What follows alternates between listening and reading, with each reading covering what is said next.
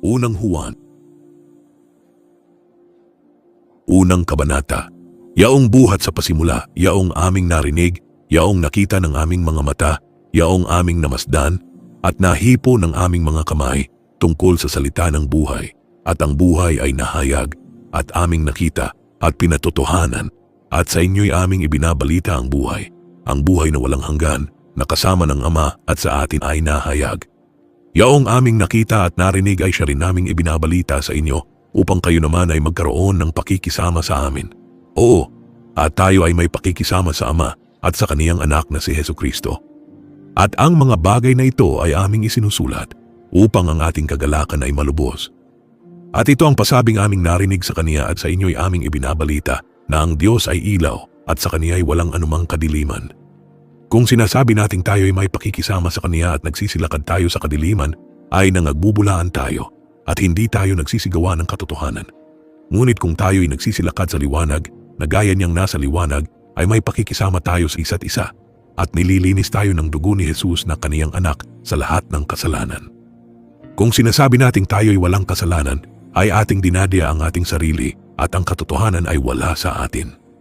Kung ipinahahayag natin ang ating mga kasalanan, ay tapat at banal siya na tayo'y patatawarin sa ating mga kasalanan at tayo'y lilinisin sa lahat ng kalikuan. Kung sinasabi nating tayo'y hindi nangagkasala, ay ating ginagawang sinungaling siya at ang kaniyang salita ay wala sa atin. Ikalawang kabanata. Mumunti kong mga anak, ang mga bagay na ito ay isinusulat ko sa inyo upang kayo'y huwag mangagkasala. At kung ang sinuman ay magkasala, ay may tagapamagitan tayo sa Ama, si Jesucristo ang matuwid. At siya ang pangpalubag loob sa ating mga kasalanan, at hindi lamang sa ating mga kasalanan, kundi nang sa buong sanglibutan din naman. At sa ganito'y nalalaman natin na siya'y ating nakikilala kung tinutupad natin ang kaniyang mga utos. Ang nagsasabing, nakikilala ko siya at hindi tumutupad ng kaniyang mga utos ay sinungaling at ang katotohanan ay wala sa kaniya. Datapuwat ang sinumang tumutupad ng kaniyang salita, tunay na sa kaniya ay naging sakdal ang pag-ibig ng Diyos. Dahil dito'y nalalaman nating tayo'y nasa kaniya. Ang nagsasabing siya ay nananahan sa kaniya ay nararapat din namang lumakad na gaya ng inilakad niya. Mga minamahal, wala akong isinusulat sa inyo na anumang bagong utos, kundi ang dating utos na nasa inyo buhat ng pasimula. Ang dating utos ay ang salita na inyong narinig. Muli, isang bagong utos ang isinusulat ko sa inyo, bagay na tunay sa kaniya at sa inyo, sapagkat ang kadiliman ay lumilipas at ang tunay na ilaw ay lumiliwanag na. Ang nagsasabing siya ay nasa liwanag at napupuot sa kaniyang kapatid ay nasa kadiliman pa hanggang ngayon. Ang umiibig sa kaniyang kapatid ay nananahan sa liwanag at sa kaniya ay walang anumang kadahilanang ikatitisod. Ngunit ang napupuot sa kaniyang kapatid ay nasa kadiliman at lumalakad sa kadiliman at hindi niya nalalaman kung saan siya naparoroon sapagkat ang kaniyang mga mata ay binulag ng kadiliman. Kayo'y sinusulatan ko, mumunti kong mga anak, sapagkat ipinatawad sa inyo ang inyong mga kasalanan dahil sa kaniyang pangalan. Kayo'y sinusulatan ko, mga ama, sapagkat inyong nakikilala yaong buhat pa ng pasimula ay siya na. Kayo'y sinusulatan ko, mga binata, sapagkat inyong dinaig ang masama.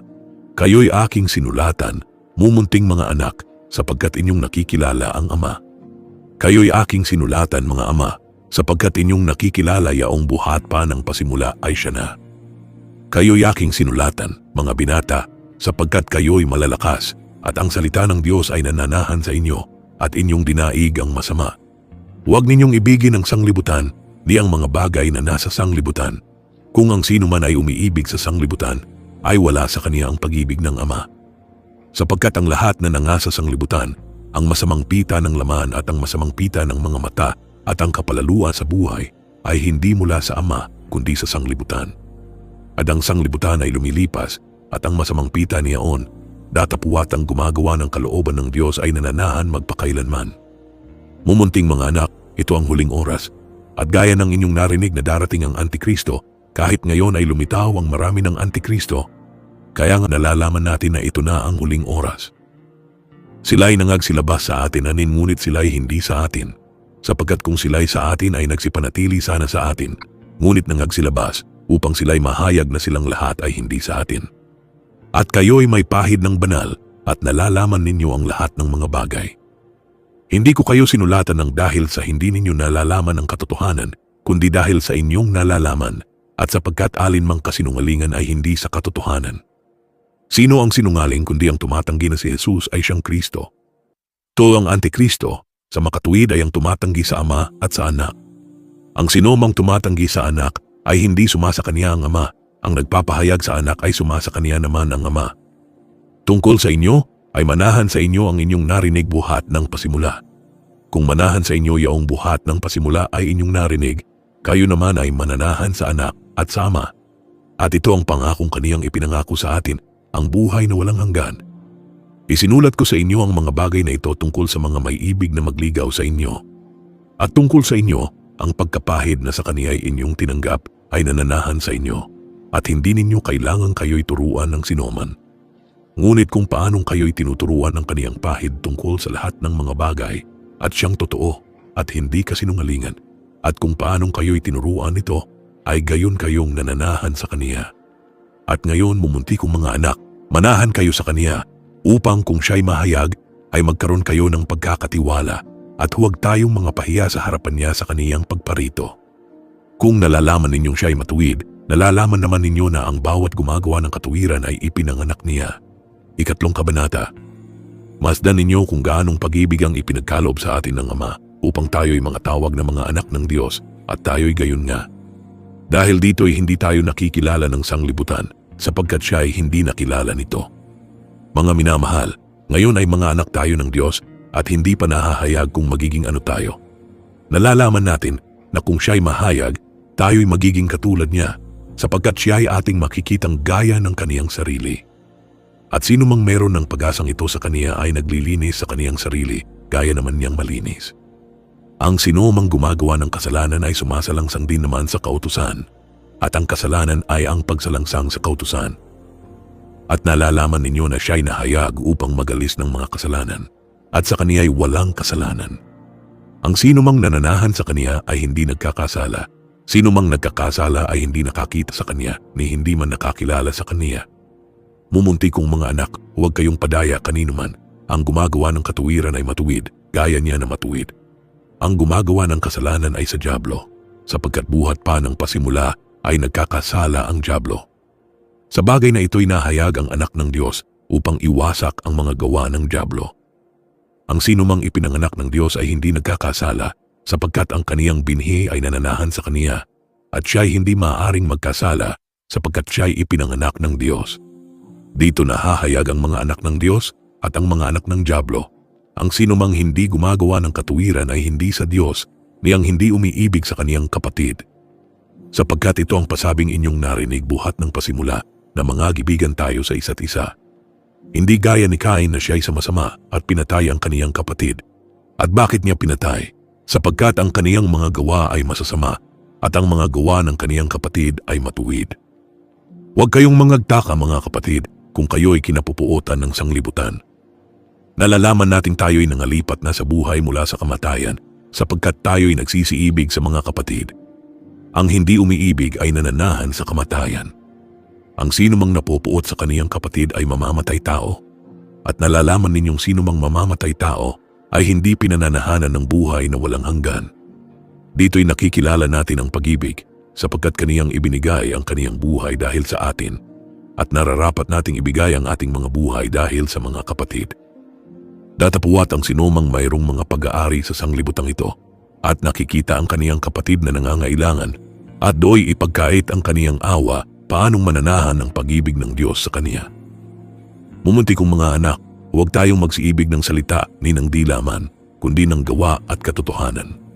Dito'y makikilala nating tayo'y sa katotohanan at papapanatagin natin ang ating mga puso sa harapan niya. Sapagkat kung hinahatulan tayo ng ating puso, ang Diyos ay lalong dakila kaysa ating puso at nalalaman niya ang lahat ng mga bagay. Mga minamahal, kung tayo'y hindi hinahatulan ng ating puso, ay may pagkakatiwala tayo sa Diyos. At anumang ating hingin ay tinatanggap natin sa Kaniya sapagkat tinutupad natin ang Kaniyang mga utos at ginagawa natin ang mga bagay na kalugod-lugod sa Kaniyang paningin. At ito ang Kaniyang utos, na manampalataya tayo sa pangalan ng kaniyang anak na si Hesukristo at tayo'y mga gibigan ayon sa ibinigay niyang utos sa atin. at ang tumutupad ng kaniyang mga utos ay mananahan sa kaniya at siya ay sa kaniya. At dito'y nakikilala natin na siya'y nananahan sa atin sa pamamagitan ng Espiritu na kaniyang ibinigay sa atin. Ika-4 na kabanata, mga minamahal, huwag kayong magsipaniwala sa bawat espiritu, kundi inyong subukin ang mga espiritu kung sila'y sa Diyos, sapagkat maraming nagsilitaw ng mga bulaang propeta sa sanglibutan. Dito'y nakikilala ninyo ang Espiritu ng Diyos. Ang bawat espiritong nagpapahayag na si Jesucristo ay naparitong nasa laman ay sa Diyos. At ang bawat espiritong hindi ipinahahayag si Jesus ay hindi sa Diyos. At ito ang sa Antikristo na inyong narinig na darating at ngayoy nasa sanglibutan na. Kayo'y sa Diyos mumuntikong mga anak at inyong dinaig sila sapagkat lalong dakila siyang nasa inyo kaysa nasa sanglibutan. Sila'y sa sanglibutan, kaya't tungkol sa sanglibutan ang sinasalita nila at sila'y dinidinig ng sanglibutan. Tayo nga'y sa Diyos, ang nakakakilala sa Diyos ay dumirinig sa atin, ang hindi sa Diyos ay hindi dumirinig sa atin. Dito'y ating nakikilala ang espiritu ng katotohanan at ang espiritu ng kamalian. Mga minamahal, mga gibigan tayo sa isa't isa, sapagkat ang pag-ibig ay sa Diyos at ang bawat umiibig ay ipinanganak ng Diyos at nakakakilala sa Diyos. Ang hindi umiibig ay hindi nakakakilala sa Diyos sapagkat ang Diyos ay pag-ibig. Dito nahayag ang pag-ibig ng Diyos sa atin sapagkat sinugo ng Diyos ang kaniyang bugtong na anak sa sanglibutan upang tayo'y mabuhay sa pamamagitan niya. Narito ang pag-ibig, hindi sa tayo'y umibig sa Diyos, kundi siya ang umibig sa atin at sinugo ang kaniyang anak na pangpalubag loob sa ating mga kasalanan. Mga minamahal, kung tayo'y inibig ng Diyos ng gayon, ay nararapat na mga gibigan din naman tayo. Sino man ay hindi nakakita kailanman sa Diyos, kung tayo'y nangagiibigan, ang Diyos ay nananahan sa atin at ang kaniyang pag-ibig ay nagiging sakdal sa atin. Dito'y nakikilala natin na tayo'y nangananahan sa Kaniya at siya sa atin sapagkat binigyan niya tayo ng kaniyang espiritu. At nakita natin at sinasaksihan na sinugo ng Ama ang anak upang maging tagapagligtas ng sanglibutan. Ang sinumang nagpapahayag na si Jesus ay anak ng Diyos, ang Diyos ay nananahan sa kaniya at siya ay sa Diyos. At ating nakilala at ating sinampalatayanan ang pag-ibig ng Diyos sa atin. Ang Diyos ay pag-ibig, at ang nananahan sa pag-ibig ay nananahan sa Diyos, at ang Diyos ay nananahan sa kaniya. Dito'y naging sakdal ang pag-ibig sa atin upang tayo'y magkaroon ng pagkakatiwala sa araw ng paghuhukom, sapagkat kung ano siya, ay gayon din naman tayo sa sanglibutang ito. Walang takot sa pag-ibig, kundi ang sakdal na pag-ibig ay nagpapalayas ng takot, sapagkat ang takot ay may kaparusahan, at ang natatakot ay hindi pa pinasasakdal sa pag-ibig. Tayo'y nagsisiibig, sapagkat siya'y unang umibig sa atin. Kung sinasabi ng sinuman, ako'y umiibig sa Diyos at napopuot sa kaniyang kapatid, ay sinungaling. Sapagkat ang hindi umiibig sa kaniyang kapatid na kaniyang nakita, ay paanong makaiibig siya sa Diyos na hindi niya nakita? At ang utos na itong mula sa kaniya ay nasa atin, na ang umiibig sa Diyos ay dapat umibig sa kaniyang kapatid, 5 kabanata. Ang sinumang nananampalataya na si Jesus ay siyang Kristo ay ipinanganak ng Diyos, at ang bawat umiibig sa nanganak ay umiibig din naman sa ipinanganak niyon.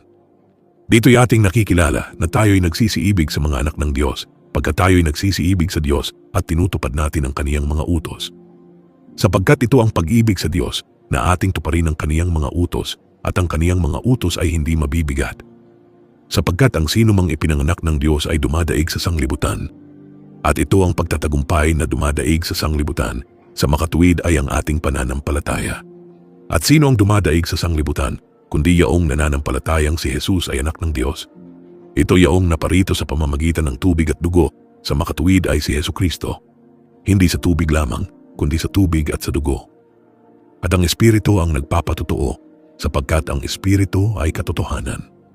Sapagkat may tatlong nagpapatotoo, ang Espiritu, ang tubig at ang dugo, at ang tatlo ay nagkakaisa.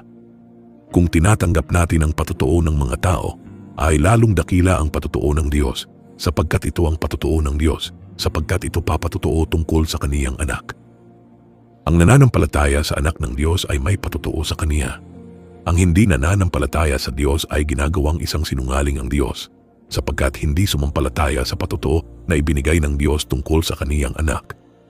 At ito ang patotoo na tayo'y binigyan ng Diyos ng buhay na walang hanggan, at ang buhay na ito ay nasa kaniyang anak.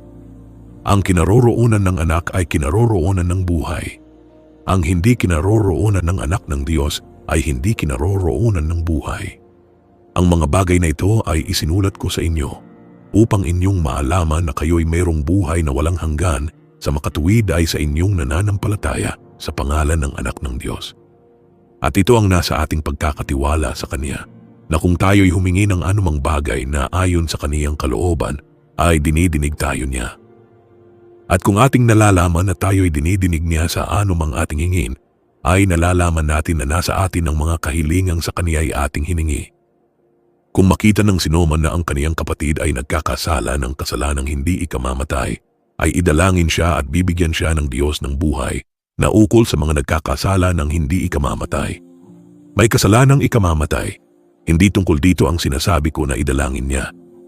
Lahat ng kalikuan ay kasalanan at may kasalanang hindi ikamamatay. Nalalaman natin na ang sinumang ipinanganak ng Diyos ay hindi nagkakasala.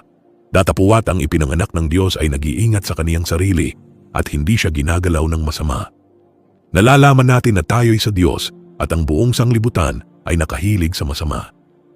At nalalaman natin na naparito ang anak ng Diyos at tayo'y binigyan ng pagkaunawa upang ating makilala siya na totoo at tayo'y nasa Kaniya na totoo sa makatuwid ay sa Kaniyang anak na si Jesucristo. Ito ang tunay na Diyos at ang buhay na walang hanggan. Mga anak ko, mangingingat kayo sa mga Diyos-Diyosan